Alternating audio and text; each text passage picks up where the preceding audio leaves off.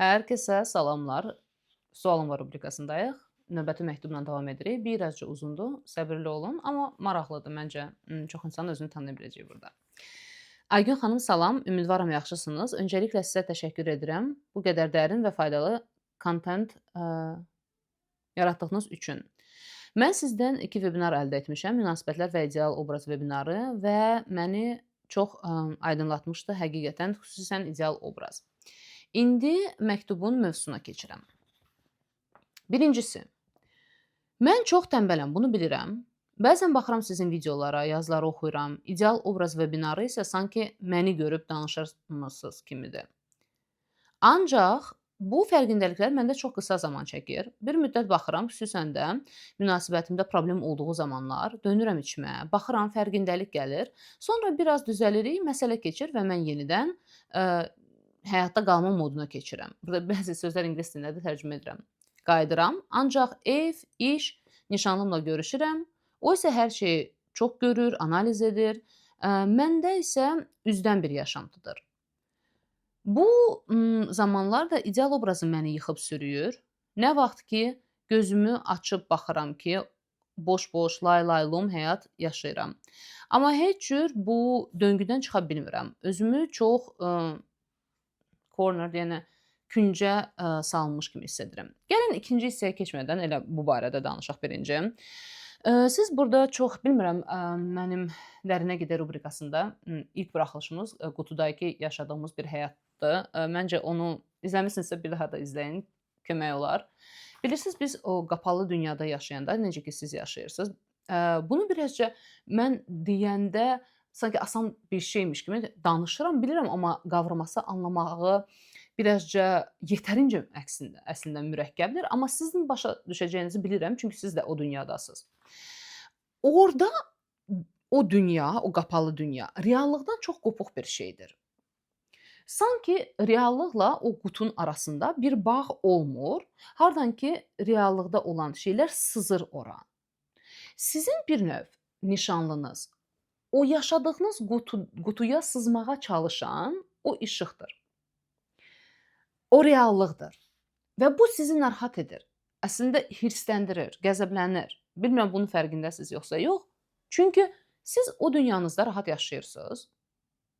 Harda ki kiçik bir şey qurmusunuz və o dar emosional diapazonda xoşbəxtsiz. Bütün var olanlar elə rahatdır sizin üçün. İş, ev, nişanlım rahatdır. Və bir növ bəlkə də ona hirslənirsiniz ki, ay niyə sən bu hisslərdən danışırsan, niyə məndən nəsə gözləyirsən? Çünki o sizi müvəqqəti də olsa, o aranızda olan mübahisələr nəticəsində bir növ zorla qısa müddətli o qutunun içindən çıxardır.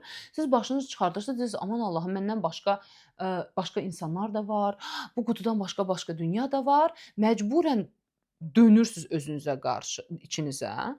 Nələrisə orada görürsüz, amma həll edən kimi də o deyir sizə ki, qayıdıram o həyatda qalma rejimimdə. O bizim yəni ömür boyu bizimlə olacaq bir rejimdir. Çünki uşaqlıqdan yaranıb və həyatımızın çoxusunu orada yaşamışıq və orada çox güclü emosional dominantlar var.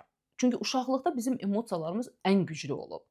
Onlar bizi həmişə ölənə qədər, özəlliklə də əgər biz sistematik olaraq, fərqində olaraq, prinsip üzrə gedərək özümüzlə işləmiriksə, fərqində olaraq yaşamaq üçün, onlar elə bil ki, bir maqnit kimidir, güclü maqnit var, belə tuturlar, belə dala çəkirlər və bir növ biz yaşayarkən bunların fərqində olmalıyıq ki, onlardan ən azı bir addım qabaqda olaq. Siz isə çox qısa müddətli birdən ayılırsınız ki, nəsə var, bu maqnitdən biraz qopursunuz, nəsə edirsiniz və təzədən o maqnitlər sizi çəkir və siz hiss edirsiniz ki, mən yenə qayıdıram eyni qutuya. Yəni dediyim kimi, o maqnitlər nə sizdən, nə məndə heç bir yerə getməyəcək. Mən də çox görürəm ki, öz üzərimdə işlədikcə, zaman keçdikcə, fərqindəliyimin mənə nə üçün lazımdır və mən bu həyatı nə üçün yaşayıram, nələr yaşamaq istəyirəm, daha çox anladıqca və o mənalara tutunduqca mənə daha asan olur ora qayıtmamaq, ora qayıtmaq istəməmək.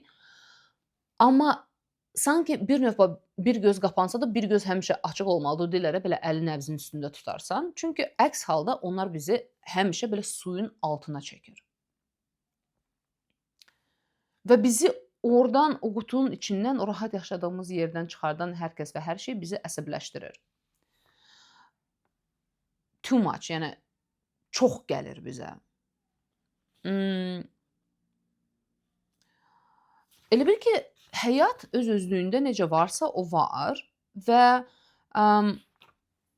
biz ona uyğunlaşmalıyıq. Yəni biz qutumuzdan çıxıb reallığı, dünyanı, həyatı anlamağa çalışmalıyıq. İnsan varlığını, özümüzü anlamağa çalışmalıyıq. Çünki ölənə kimi biz o qapalı qutuda yaşaya bilərik və orada insan çox subyektivdir. Yəni obyektiv baxışı yoxdur dünyaya və hər şey onun ətrafında fırlanır. Orada bizdən başqa heç kim yoxdur. Ona görə siz nişanlınızı görmürsüz. Elə bil ki, ana bətnində fırlanan kimi də orada sadəcə biz varıq. Deyirsiniz ki, ideal obrazım da baxır mənə və ideal obrazımdan göy özümü sürüyürəm ki, laylalom yaşayırsam. Məncə o deyil. O daha çox sizin həyatda qalmaq instinktinizdir. Çünki siz baxırsınız özünüzə kənardan, o şuurlu tərəfinizdən və görürsünüz ki, başa düşürsünüz çox qəşəng ki, bu tərzdə yaşamla siz çox da irəli getməyəcəksiniz və əldə sahib olduğunuzları və insanları da itirə bilərsiniz. Bu sizi qorxudur və bir növ siz deyirsiniz ki, davay, davay, nəsə elə, nəsə elə. Amma o dominantların, sizi o dediyim o maqnitlərin geri çəkdiyini beyninizdə tutmursunuz daim deyə. Elə bil ki, onlara təslim olmuş kimi olursunuz. Məncə sizin ideal obrazınız o deyil. Sizin əksinə ideal obrazınız o bir növ mən heç nə etməyim, rahat həyatım olsun. İşə belə xoşladığım kimi belə gedim gəlim, biraz işləyim. Yoldaşım olsun, qazansın, qayğıma qalsın, uşaq kimi mənə hər şey təmin etsin və məni təmənnasız və şərtsiz sevsin. Mən isə bu dünyaya bir şey qatmayım. Baxın, indi ikinci hissəni oxuyacağam, o barədə danışım. Nişanım mənim əksimə çox düşüncəli, düşünən, diqqətçil və fərqindəliyi, manipulyasiyası da yüksək birisidir. Və bütün böyük davalarımız mənim düşüncəsiz hərəkətlərimdən doğulub, onu dili ilə desək. O həmişə mənə deyir, sən düşünmürsən hərəkətini nələr gətirəcəyini, hesablamırsan, məni yaralayacaq hərəkətlər edirsən. Yetişkin kimi aparmırsan özünü, hər şeyi məndən gözləyirsən. Mən isə pis tərəf odur ki, belə hiss edirəm, həqiqətən onun dediyi kimidir. Axmaqlıqlar elədiyimi hiss edirəm. Kənardan baxsan, bakalavr, magistr təhsili, həm xarici, həm Azərbaycan təhsil qurumunda çalışan, ayağı üstündə duran bir qadın kimiyəm. Amma daxilim o qədər zəifdir, məni tanıyan biri üçün özümü çox zəif, müdafiəsiz hiss edirəm. Özümə güvənim yoxdur, inamım yoxdur. Qadın kimi sözünü deyən, tələbkar hiss edə bilmirəm. Hər şey razı qalmağa məcbur olan birisi kimi hiss edirəm. O isə tamam mənim əksimdir. Onun dəstəyə, sevgiyə ehtiyacı var. Qalan hər şeyim mənim gözümdə əladır. Amma o məni qadın kimi ona yol göstərəcəyi bilməməyimdən şikayətlənir və onu görmədiyimdən görülmək istədiyini deyir. Çox sevirəm onu, amma bəzən sevildiyini də hiss etmədiyini deyir. Vaxt ayırıb oxuduğunuz üçün çox minnətdaram sizə. Bilirsiniz,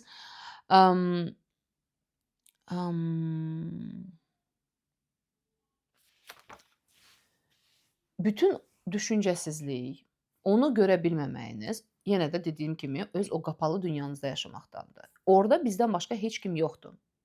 Orada biz hətta reallıqdan qopuq olduğumuz kimi bədənimizdən, hisslərimizdən də qopuq oluruq. Hansısa yaratdığımız illüzor bir dünyada yaşayırıq. Elə bil ki, əslində yaşamırıq. Həyatda qalaraq, həyat haqqında elə bil ki, yuxu görürük. Reallıq tam fərqlidir. Reallıq tələbkardır. Biz reallığa həqiqətən uyğunlaşmalıyıq. Çünki reallıq deyir, əgər mənimlə ayaq-ayağa getmək istəyirsənsə və bir növ dediyimiz kimi o özgüvənli olmaq istəyirsənsə, sən məni anlamalısan, uyğunlaşmalısan mənə. Bir növ sizin nişanlınız da bunu deyir.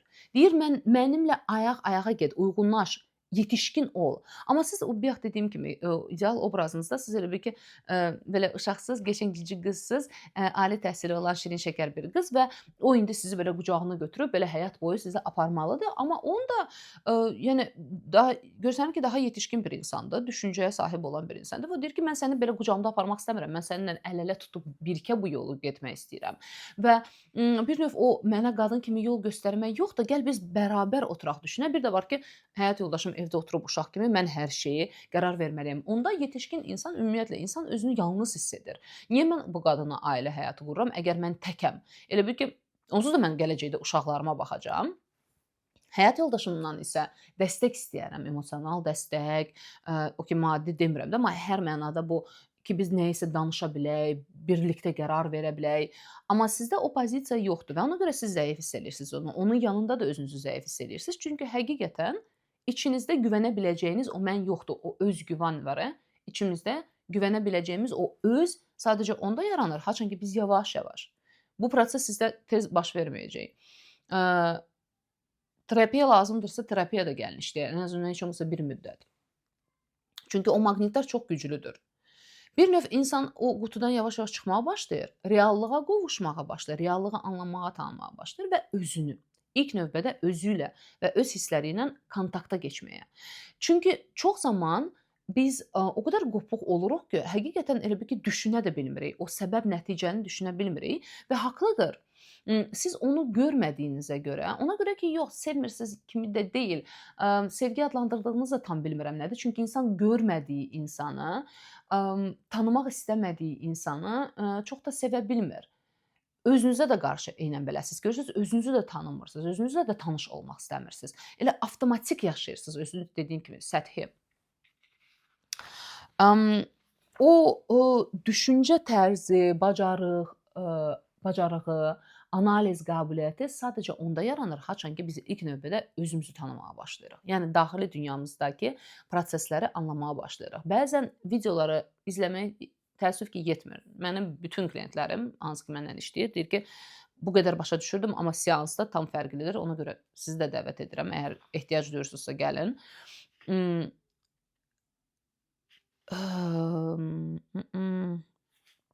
Biz o həyata qovuşmasaq bir növ, özümüzlə kontakta keçməsək, bizimlə nə baş verir, hansı hisslərimiz var, necə onları tanımaq lazımdır anlamasaq, onlarla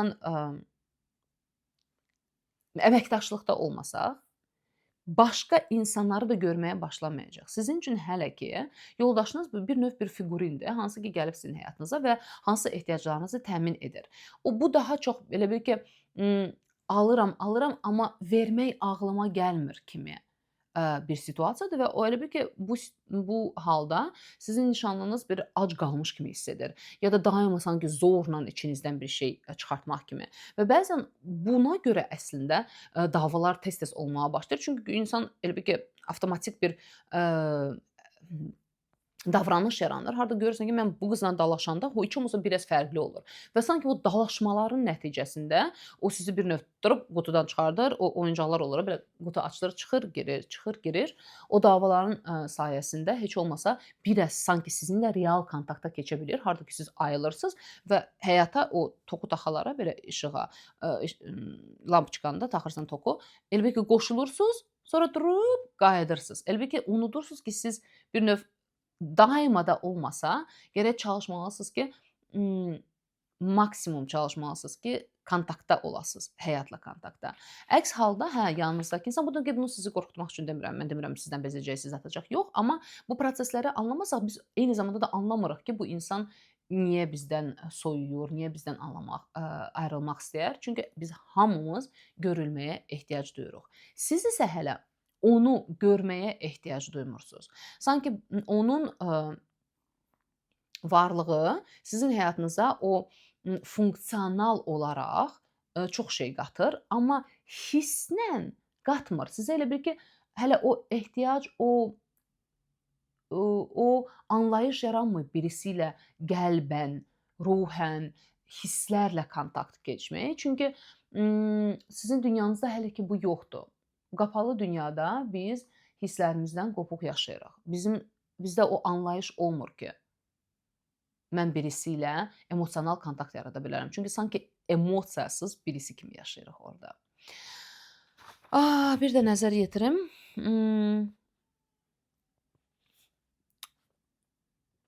Və sonda onu deyə bilərəm ki, insan o qutudan çıxmağa başlamayanda uşaq kimi qalır. Böyümür, daxilən güclənmir, o öz güvəni yaranmır, özünə güvəndiyi o sütun yaranmır və onda məcburən həyat ona nə təklif edirsə ona razılaşmalı olur. Ki necə ki siz bunu hiss edirsiniz. Və məncə bəlkə də ona görə siz burada manipulyasiya sözünü işlətdiniz.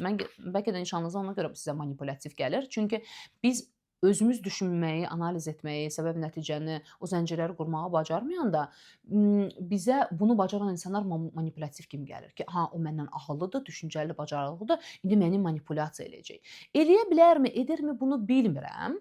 Nə dərəcədə yəni də fərqində olan insandır.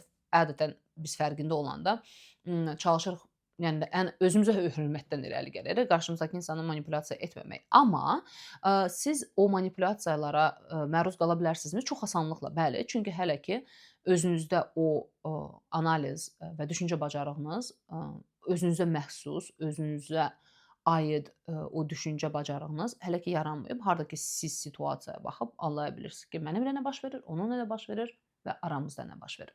Və bunlar mürəkkəb proseslərdir.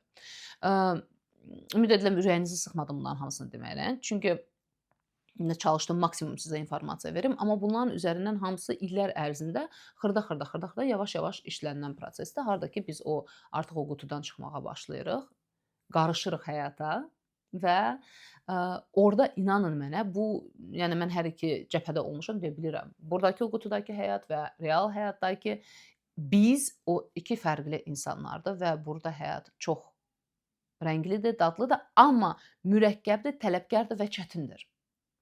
Yetişkin olmaq çətindir, millət. Yəni həqiqətən çətindir. Çünki yetişkin insan həyatın onun üzərində yaratdığı məsuliyyəti hiss edir.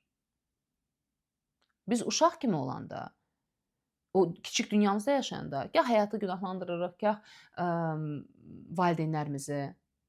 Amma olur məndə terapiyada biz işləyirik 1 il, 1 yarımdan sonra artıq o qurban tərəfi sönməyə başlayanda bir növ insan qalır ki, indi mən yetişkin olmalıyam, indi mən artıq heç kimi günahlandıra bilmirəm, istəsəm də günahlandırmıram və o an insan o reallığın, yetişkinliyin, həyatın özündə daşıdığı, indi mən necə özüm yaşamalıyam, indi hər şey məndən asılıdır, onun məsuliyyətini çiynində hiss eləməyə başlayır və bu çox ağırdır. Çünki sən başa düşürsən ki, indi mən bunun hamısını eləməliyəm. Yəni nişanlım da mənim üçün eləmək istəmir, heç kim bunu mənim üçün eləmək istəmir. Yəni mən yaşamalıyam, mən istədiyim o gözəl həyatı qurmalıyam. Məndən də nəsə gözləyirlər. Mən sadəcə alan yox, həm də verəndəm. Mən də nəsə eləməliyəm. Bax bu emosional olaraq ilk əvvəllər çox çətin gəlir, amma yavaş-yavaş. Yəni yavaş-yavaş 3-5 il ərzində sistematik olaraq işləyəndə özündən burdan çıxış var. Əsas odur, çıxış var və çox gözəl həyat var bu tərəfdə. Mürəkkəbliyi ilə gözəl və mənalı olan bir həyat var. Və inanın mənə artıq bunun dadını biləndə insan artıq heç vaxt o dar, mənasız qutuya qayıtmaq istəmir. Belə bu qədər. Bir də nəzər yetirim. Məncə bu qədər. Belə, gələn həftə mütləq görüşərik. Sağ olun.